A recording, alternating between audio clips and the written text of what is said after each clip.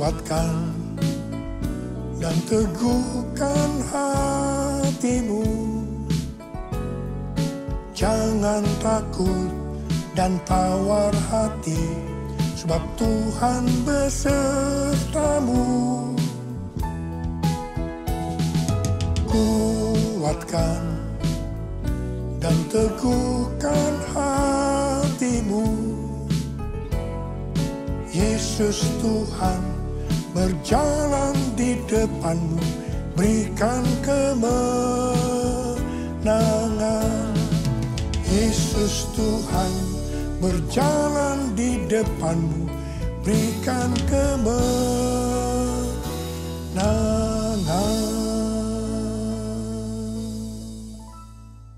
Memasuki tahun 2025 ini, pesan Tuhan kepada kita dalam Mazmur 27 ayat 14 yang berkata, nantikanlah Tuhan, kuatkanlah dan teguhkanlah hatimu. Nantikanlah Tuhan. Orang yang menantikan Tuhan adalah orang yang mengandalkan Tuhan. Orang yang berharap kepada Tuhan. Yeremia 17 ayat 5 dan 6 berkata, beginilah firman Tuhan, terkutuklah orang yang mengandalkan manusia, yang bersandar pada kekuatan manusia fana, dan yang hatinya menjauh dari Tuhan. Ia akan seperti semak gundul di padang belantara. Ia tidak akan melihat datangnya keadaan baik. Ia akan tinggal di tanah tandus di padang gurun, di padang garam yang tidak berpenduduk. Yeremia 17 ayat 7 dan 8 berkata, diberkatilah orang yang mengandalkan Tuhan, yang mempercayakan dirinya pada Tuhan. Ia akan seperti pohon yang ditanam di tepi air, yang merambatkan akar-akarnya ke tepi sungai, dan tidak takut akan datangnya panas terik, yang daunnya tetap hijau, yang tidak khawatir dalam tahun kekeringan, dan yang tidak berhenti menghasilkan buah. Memasuki tahun 2025, tahun yang penuh dengan ketidakpastian, bencana alam, akibat perubahan iklim yang makin hebat, peperangan yang makin intens, krisis ekonomi yang semakin menjadi-jadi. Lebih dari itu, kita diingatkan bahwa kita sudah berada di akhir dari akhir zaman. Sesuai dengan 2 Timotius 3 ayat 1-9 dikatakan bahwa pada hari-hari terakhir akan datang masa yang sukar. Manusia akan mencintai dirinya sendiri dan menjadi hamba uang. Mereka akan membual dan menyombongkan diri. Mereka menjadi pemfitnah. Mereka akan berontak terhadap orang tua dan tidak tahu berterima kasih. Tidak peduli agama, tidak tahu mengasihi, tidak mau berdamai, suka menjelekkan orang, tidak dapat mengekang diri, garang, tidak suka yang baik, suka berkhianat, tidak berpikir panjang, berlagak tahu, lebih menuruti hawa nafsu daripada menuruti Allah. Secara lahiriah mereka menjalankan ibadah mereka. Tetapi pada hakikatnya mereka memungkiri kekuatannya. Walaupun selalu ingin diajar, namun tidak pernah dapat mengenal kebenaran.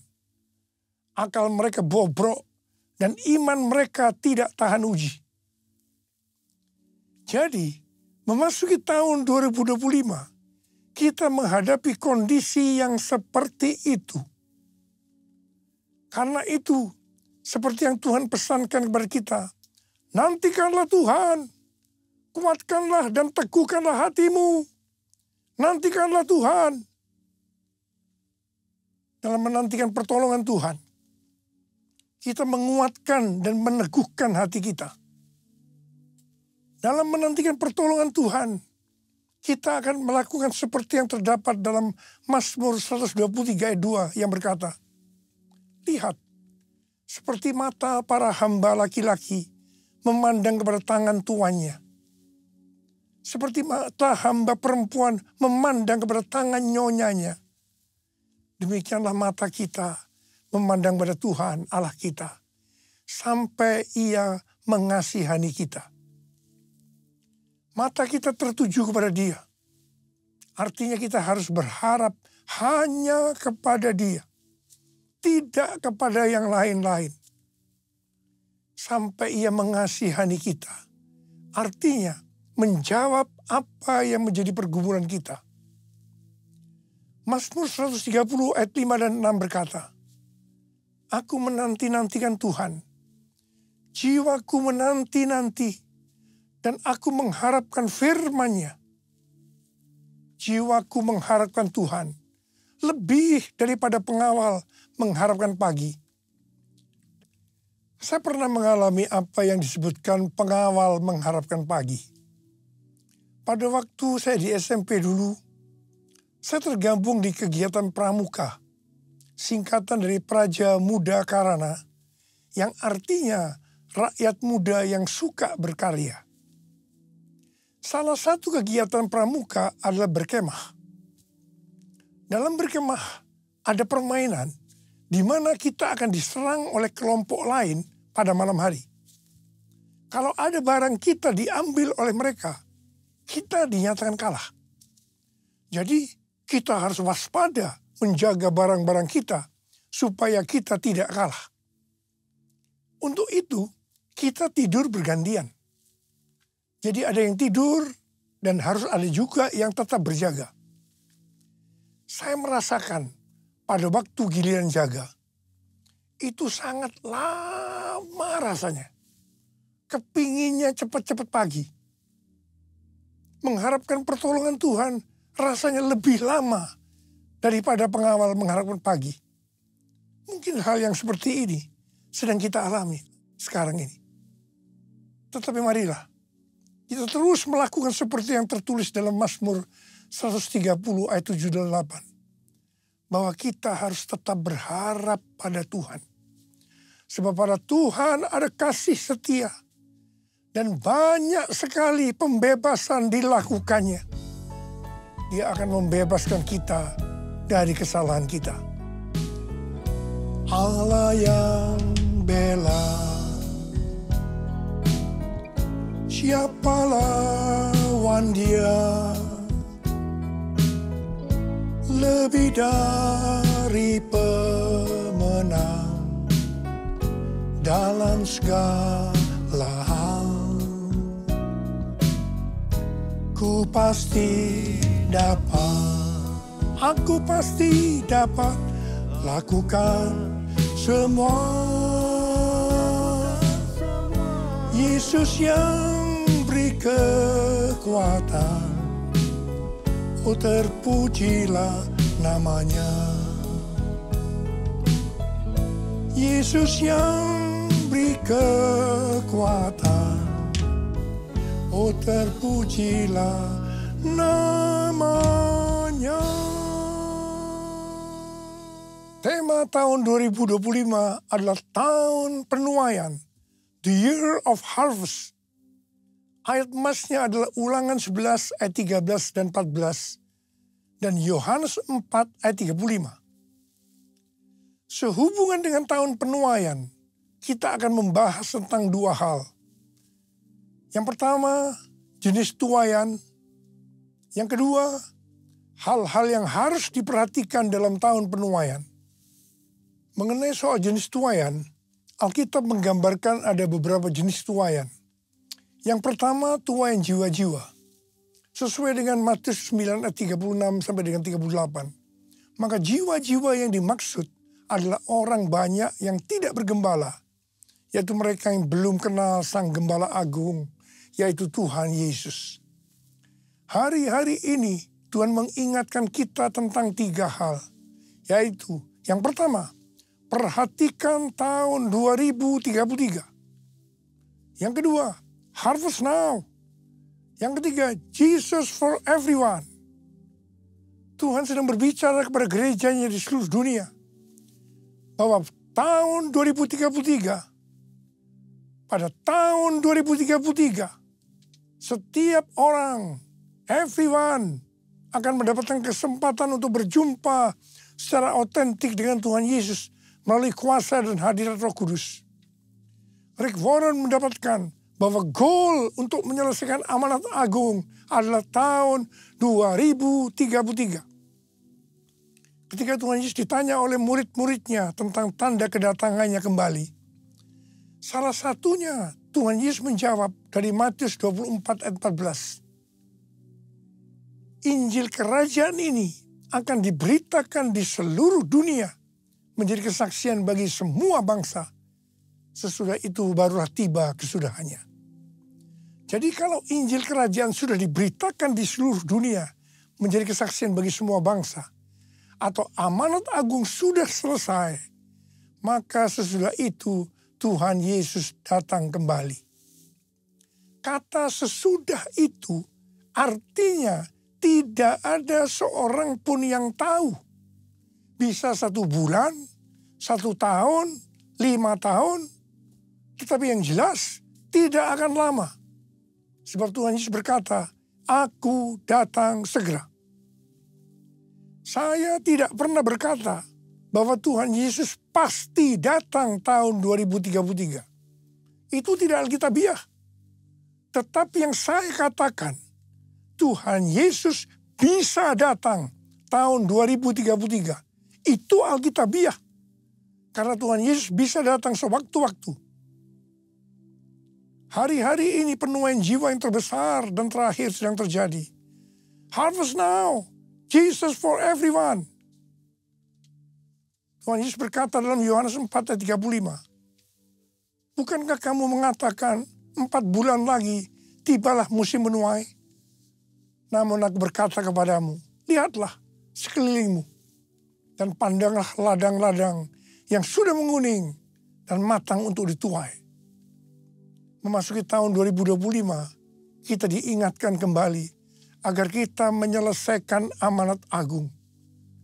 Tugas utama kita sebagai orang percaya, sebagai seorang murid, tidak melihat apa profesi kita adalah menyelesaikan amanat agung. Hal ini sesuai dengan Matius 28 ayat 19 dan 20. Karena itu pergilah, jadikan semua bangsa muridku, dan baptislah mereka dalam nama Bapa dan Anak dan Roh Kudus. Dan ajarlah mereka melakukan segala sesuatu yang telah kuperintahkan kepadamu. Ketahuilah, aku menyertai kamu senantiasa sampai akhir zaman.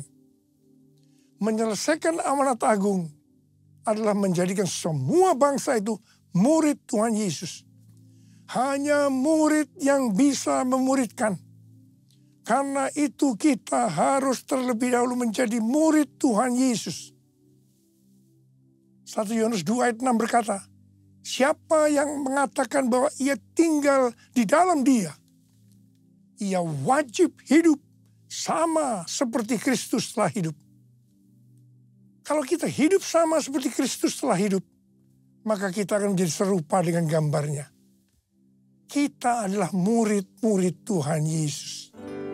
Jesus for everyone, Jesus for everyone, Jesus for everyone, Jesus for everyone, Jesus for everyone, Jesus for everyone, Jesus for everyone, Jesus for everyone.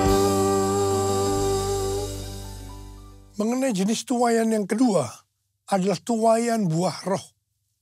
Roma 7 ayat 4 berkata, sebab itu, saudara-saudaraku, kamu juga telah mati terhadap hukum Taurat oleh tubuh Kristus, supaya kamu menjadi milik orang lain, yaitu milik Dia yang telah dibangkitkan dari antara orang mati, agar kita berbuah bagi Allah.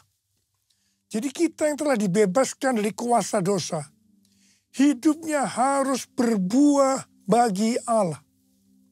Buah harus dituai. Artinya harus menghasilkan tuaian buah roh. Dengan kata lain, dalam hidup kita harus ada buah roh.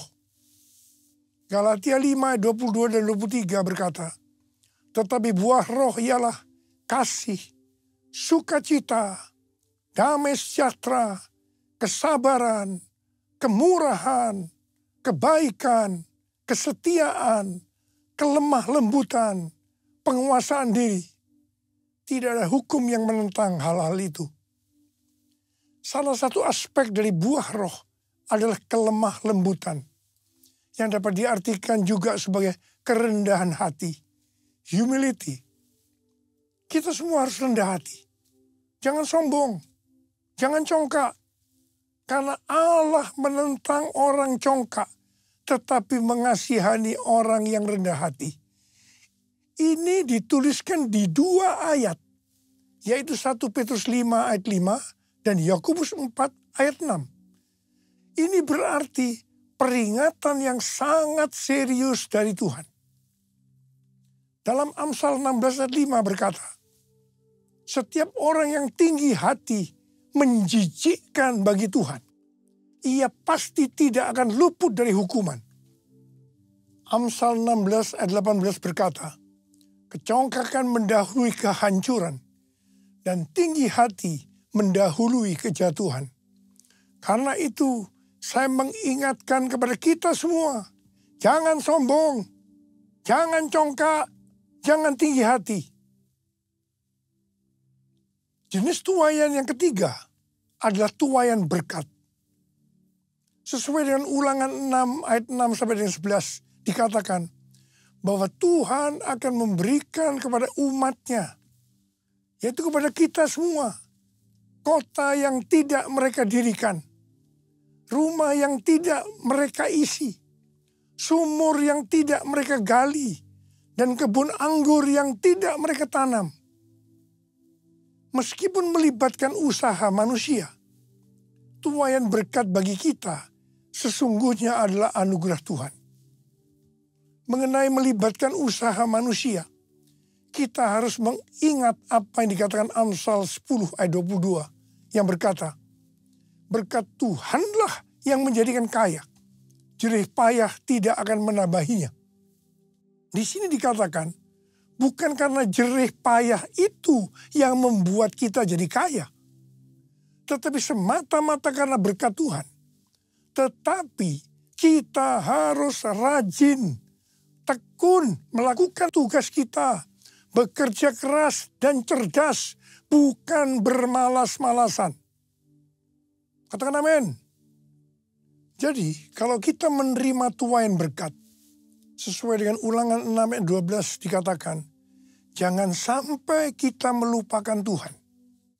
Firman Tuhan berkata dalam Yesaya 60 ayat 1, bangkitlah, menjadi teranglah, sebab terangmu datang dan kemuliaan Tuhan terbit atasmu. Kalau kita lakukan itu, maka kita akan mengalami seperti Yesaya 60 ayat 5 yang berkata, pada waktu itu engkau akan heran melihat dan berseri-seri. Engkau akan tercengang dan akan berbesar hati. Sebab kelimpahan dari seberang laut akan beralih kepadamu.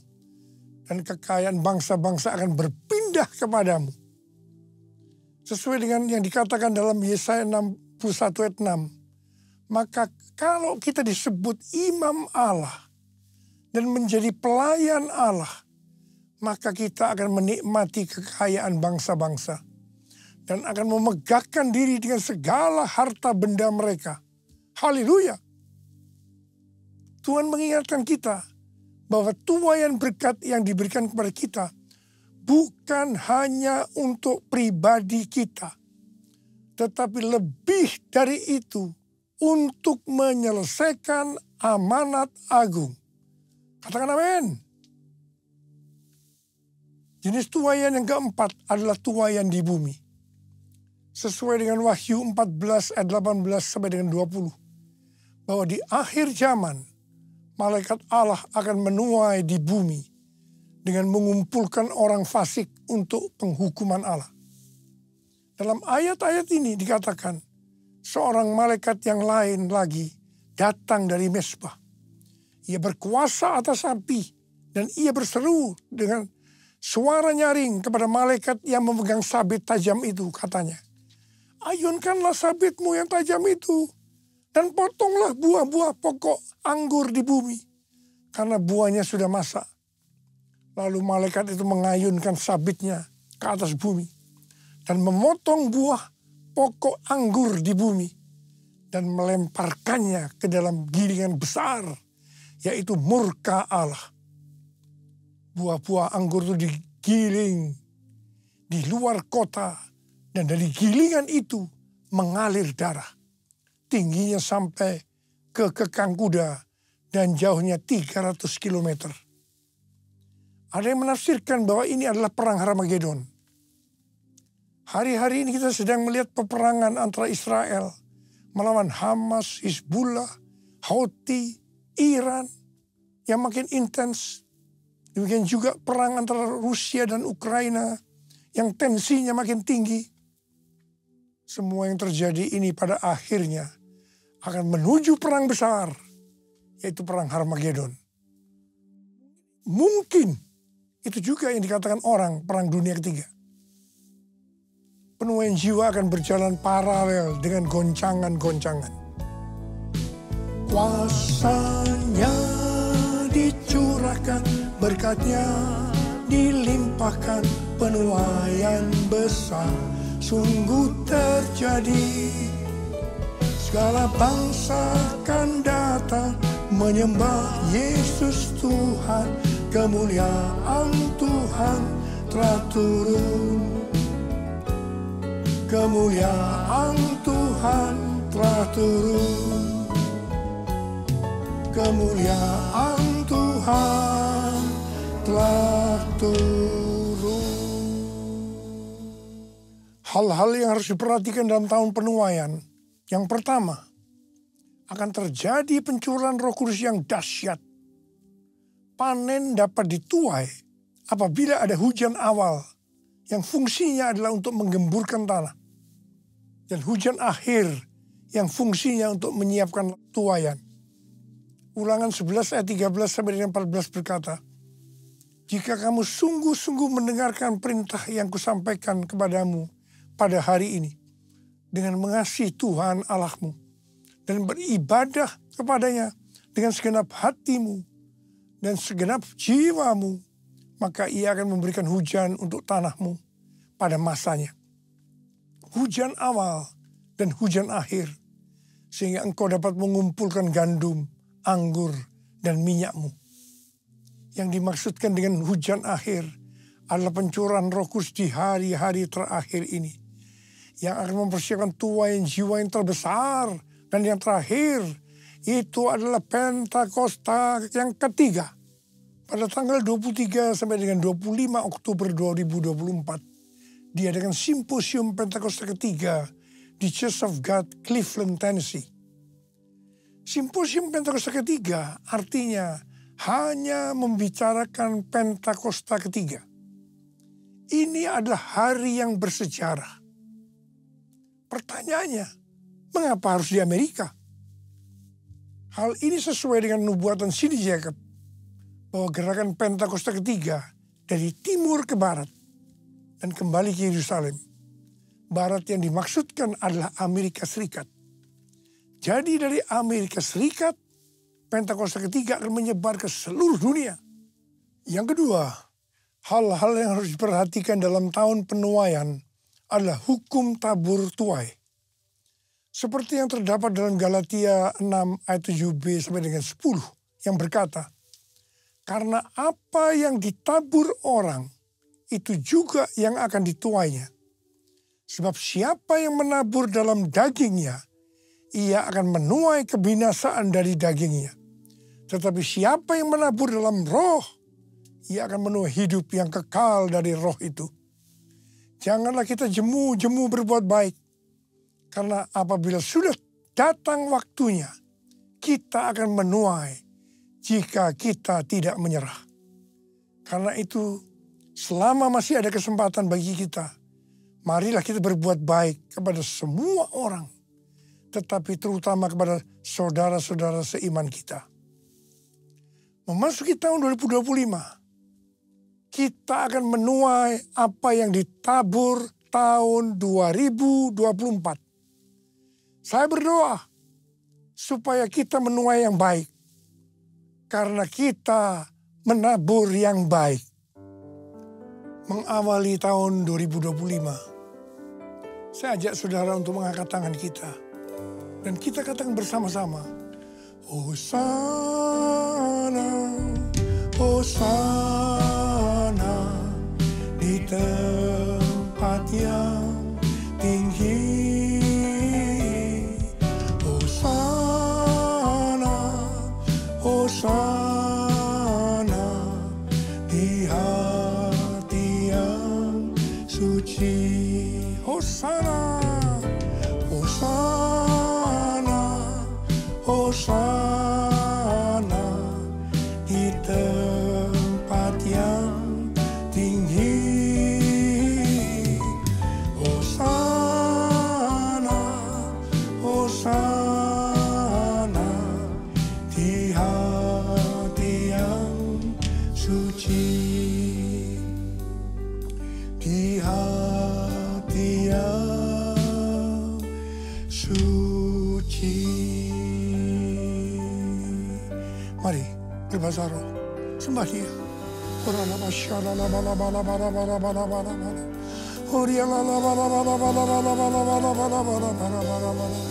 Sembah Dia, sembah Dia, sembah Dia, sembah Dia, sembah Dia. Tuhan, kami berdoa buat anak-anak-Mu Tuhan, memasuki tahun 2025. Curahkan pengurapan-Mu pada kami semua Tuhan. Curahkan, terima pengurapan Tuhan, terima. Terima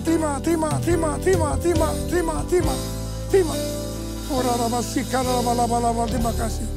Tuhan, kami berdoa, biarlah apa saja yang dikerjakan anak-anak-Mu tahun 2025, semuanya berhasil. Yang percaya, terima dengan berkata, amin. Kita akan masuk dalam perjamuan kudus. Kita akan mengingat ayat ini. Sebab setiap kali kamu makan roti ini dan minum cawan ini, kamu memberitakan kematian Tuhan sampai Ia datang. Perjamuan kudus adalah perjamuan Tuhan Yesus sendiri. Setiap kali kita masuk dalam perjamuan kudus, Tuhan Yesus selalu berkata, biarlah ini menjadi peringatan akan daku. Karena itu mari, arahkan hati kita kepada kebaikan Tuhan. Kita akan mengingat kebaikan Tuhan. Mari tundukkan kepala. Bapa, siapakah kami sebelum kami mengenal Engkau? Kami semua orang berdosa. Upah dosa adalah maut, mati.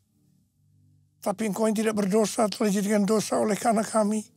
Engkau harus turun dari sorga mulia, mati ganti kami dengan penderitaan yang luar biasa. Sungguh kalau kami pikirkan betapa baiknya Engkau ya Aba. Engkau jadikan kami sebagai anak-anak-Mu. Engkau tuntun, Engkau bela, Engkau berkati, Engkau lindungi, Engkau tegur juga kalau kami salah. Engkau sembuhkan kami, terima kasih. Itu Engkau ya Aba.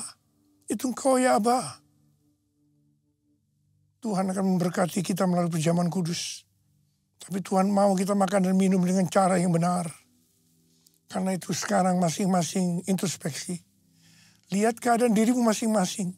Renungkan apa yang selama ini kita lakukan tahun 2024. Kita akan masuki tahun 2025. Segala hal yang tidak berkenan, yang mungkin belum diselesaikan dengan Tuhan, mari kita selesaikan saat ini. Minta ampun, minta ampun. Kalau ada hal-hal yang belum diselesaikan, minta ampun. Ampuni saya Tuhan. Ampuni, ampuni, ampuni ya Tuhan, ampuni. Bapak terima kasih. Bapak terima kasih. Engkau melihat anak-anak-Mu yang sedang menyelesaikan segala sesuatunya dengan Tuhan. Kami akan masuk dalam perjamuan kudus, Abah. Terima kasih. Kami akan masuk dalam perjamuan kudus dengan hati yang penuh ucapan syukur dalam nama Yesus. Amin. Saudara, mari angkat roti di tangan kanan kita tinggi-tinggi. Sebab apa yang telah kuteruskan kepadamu telah aku terima dari Tuhan. Yaitu bahwa Tuhan Yesus pada malam waktu Ia diserahkan mengambil roti. Dan sesudah itu Ia mengucap syukur atasnya. Ia memecah-mecahkannya dan berkata, inilah tubuhku yang diserahkan bagi kamu. Perbuatlah ini menjadi peringatan akan aku. Saya dikasih Tuhan, bukankah roti yang kita pecah-pecahkan ini adalah persekutuan kita dengan tubuh Kristus. Mari kita makan dalam nama Yesus.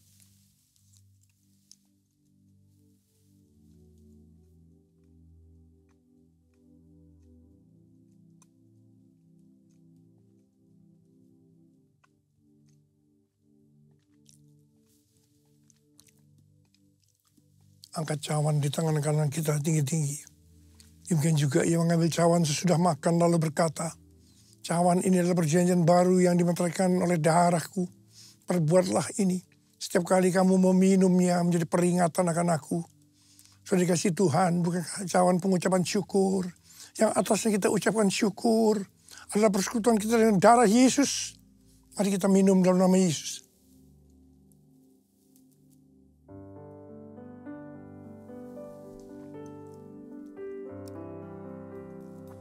Ucapan syukur dan terima kasih. Dengan suara, jangan diam. Tuhan terima kasih. Terima kasih ya Tuhan, terima kasih. Terima kasih ya Tuhan, terima kasih.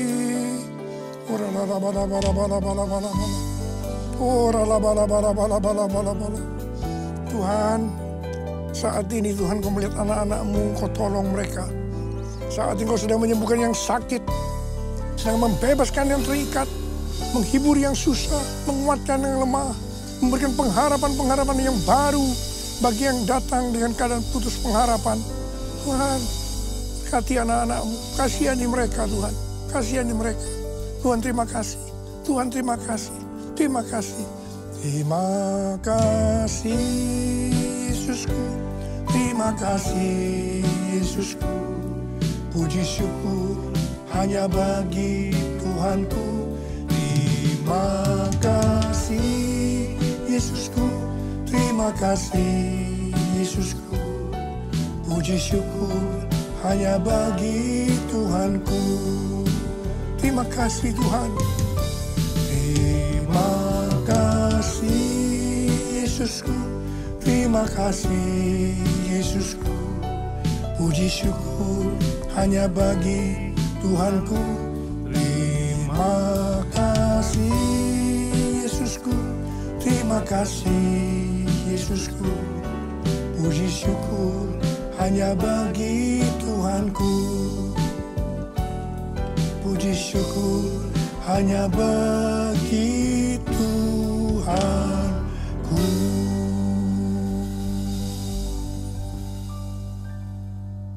Sekarang terimalah berkat Tuhan. Kasih karunia berlimpah-limpah daripada Allah Bapa dalam anak yang tunggal Yesus Kristus. Persekutuan yang manis dengan Roh Kudus menyertai kita semua mulai hari ini. Sampai Tuhan datang menjemput kita di awan-awan dan bahkan sampai selama-lamanya. Yang percaya bersama-sama katakan, amin. Selamat tahun baru 2025. Tahun penuaian. The year of harvest. Tuhan Yesus memberkati kita semua berlimpah, limpah, limpah. Amin.